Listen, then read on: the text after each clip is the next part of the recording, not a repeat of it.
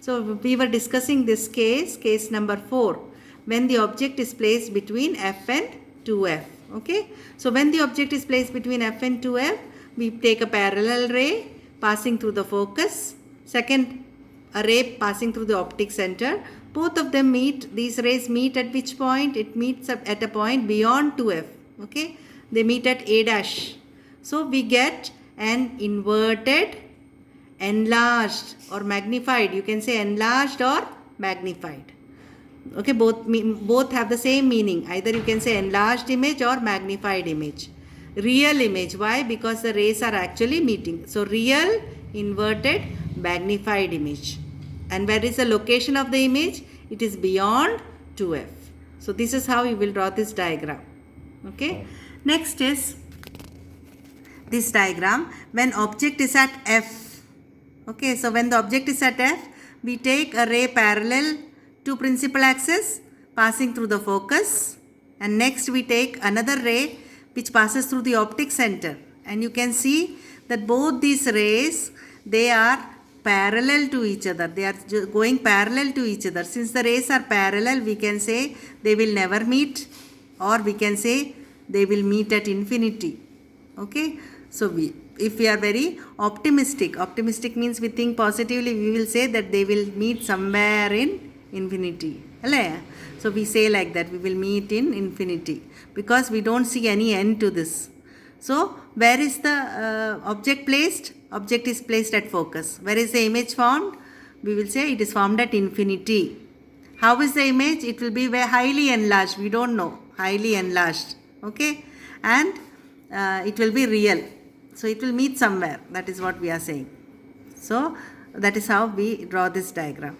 Next, last case is when the object is between f and lens. This is a very important case. Okay. So here you see that the object is between the focus and lens. So a ray parallel to principal axis passing through the focus. That is the first ray which we have drawn. Second is passing through the optic center. When you see on this side, we see that the rays are moving away from each other.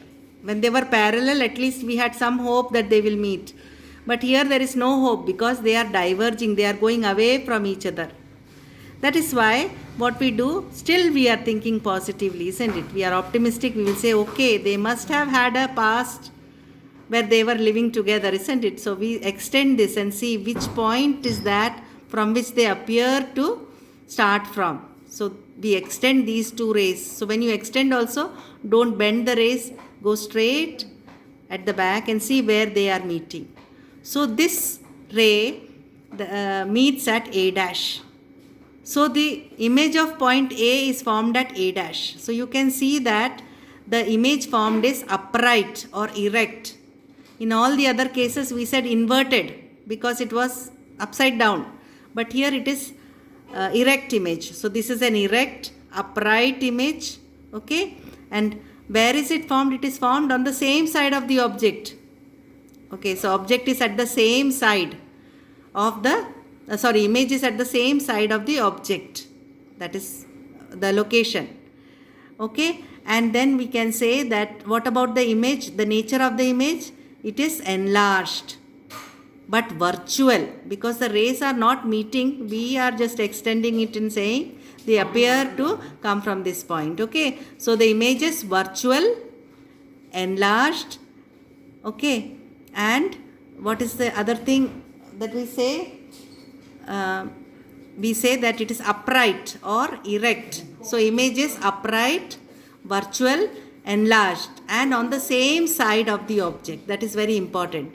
So this is the only case in the convex lens when we get a virtual image. We get a virtual image. All cases we get real image. So if a question is asked, a lens forms real and virtual image. So that itself will clear that they are talking about a convex lens. Okay. So convex lens can form both real images and virtual images. So I hope this is clear.